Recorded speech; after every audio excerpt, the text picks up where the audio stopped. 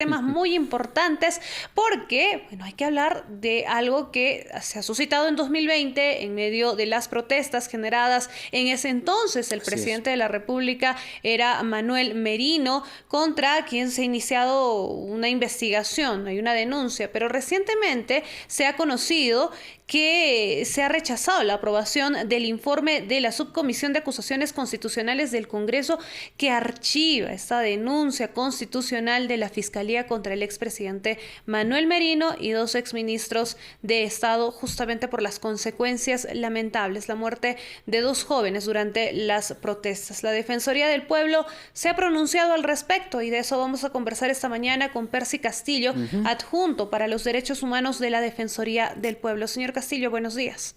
Buenos días. Muchas gracias por acompañarnos en esta edición, señor Castillo. ¿A qué se debe la posición de la Defensoría del Pueblo en torno a rechazar el archivamiento de esta denuncia contra Manuel Merino?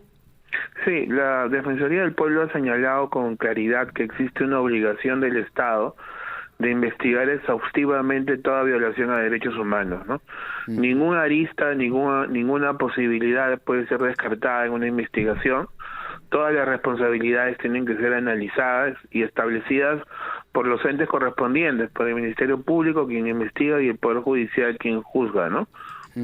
¿Hay alguna vía judicial o de otro modo, señor Castillo, que en todo caso puede tomar este caso? ¿Hay alguna alternativa todavía? Bueno, en sede del Congreso no.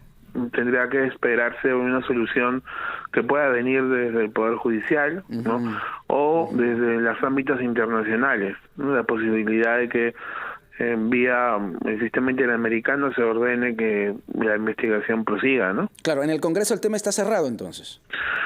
Sí, con la votación producida ayer, hasta el momento el tema está cerrado, ¿no? ¿Y este antecedente perjudica el hecho de que las personas puedan asumir su derecho a la protesta, por ejemplo, como es el caso de estos dos jóvenes que lamentablemente fallecieron durante las manifestaciones? Justamente lo que se busca siempre en el ámbito de los derechos humanos es que toda vulneración, toda violación sea exhaustivamente investigada y se sancione a todos los responsables. ¿Por qué? Porque cuando se deja un margen para la impunidad, estos hechos vuelven a repetirse. Entonces, aquí la exigencia de la Defensoría ha sido, esto debe investigarse hasta el fondo, investigar a todo posible responsable para evitar que estos hechos vuelvan a suceder en el futuro, ¿no? ¿Cómo interpretar entonces esta posición del Congreso de la República? ¿Ha habido algún ánimo, algún interés político en esta decisión? Bueno, lo que nosotros consideramos es que ha debido profundizarse en el conocimiento de los hechos, ¿no? En el conocimiento de lo que era materia de investigación y lo que correspondía como una obligación internacional del Perú, en este caso, permitir que se desarrolle la más amplia investigación posible. ¿Y por qué considera usted que eso ha ocurrido? Porque el Congreso de la República es uno de los entes que debería también velar por los derechos de la ciudadanía. Han hecho la advertencia desde la Defensoría del Pueblo, pero ¿qué cree que ha pesado más en el Congreso de la República para tomar esta decisión? Bueno, la Defensoría se limita a señalar lo que resulta evidente. El interés del por medio obviamente lo desconocemos. Lo que sí insistimos en que era necesario tener presente qué obligaciones tiene el Perú, nacionales e internacionales, con relación a violaciones de derechos humanos, Claro. y valorar en su conjunto la necesidad de que se investigue, que el Ministerio Público pueda investigar y que al final de cuentas el Poder Judicial determine si es que existió o no algún nivel de responsabilidad. La Defensoría está haciendo un seguimiento al caso en cuanto a la situación de las familias, tanto de Inti como de Brian, que seguramente se sentirán, por decirlo menos, ¿no?, decepcionadas con esta decisión del Congreso. En realidad tenemos contacto con todas las víctimas, también aquellos que resultaron heridos, Claro. y algunos de extrema gravedad. Sí. Desde luego mantenemos un contacto cercano, ¿no? ¿Qué otras medidas se puede asumir en torno al caso de estos dos jóvenes fallecidos? Nos ha mencionado también personas que han resultado heridas durante estas manifestaciones. ¿Se puede acudir a estamentos internacionales de pronto?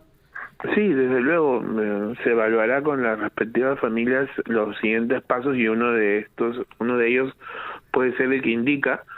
Y lo otro es también que el Estado continúe reparando los daños, las lesiones, ¿no?, que han sufrido las víctimas de estas movilizaciones, ¿no? Y debe haber un compromiso, y eso lo ha dicho la Defensoría también, de reparar, ¿no?, al margen de del ámbito judicial.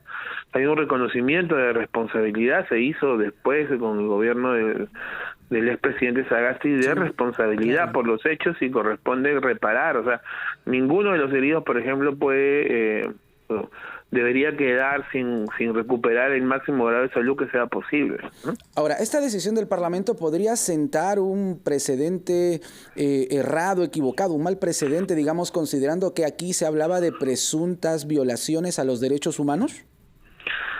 Decisiones de esta naturaleza sí pueden sentar un precedente sobre los niveles de investigación. Lo que debe entenderse es de que en estos ámbitos se exige cubrir todos los niveles de responsabilidad. Claro. No solo la responsabilidad de quienes participaron directamente en los hechos, sino de quienes tenían que darles órdenes, de quienes tenían responsabilidad política. La investigación debe abarcar esa integralidad en todos los casos donde hubiera habido afectaciones de derechos humanos, lesiones graves o muertes, ¿no? Muy bien. Señor Castillo, muy amable. Gracias por acompañarnos.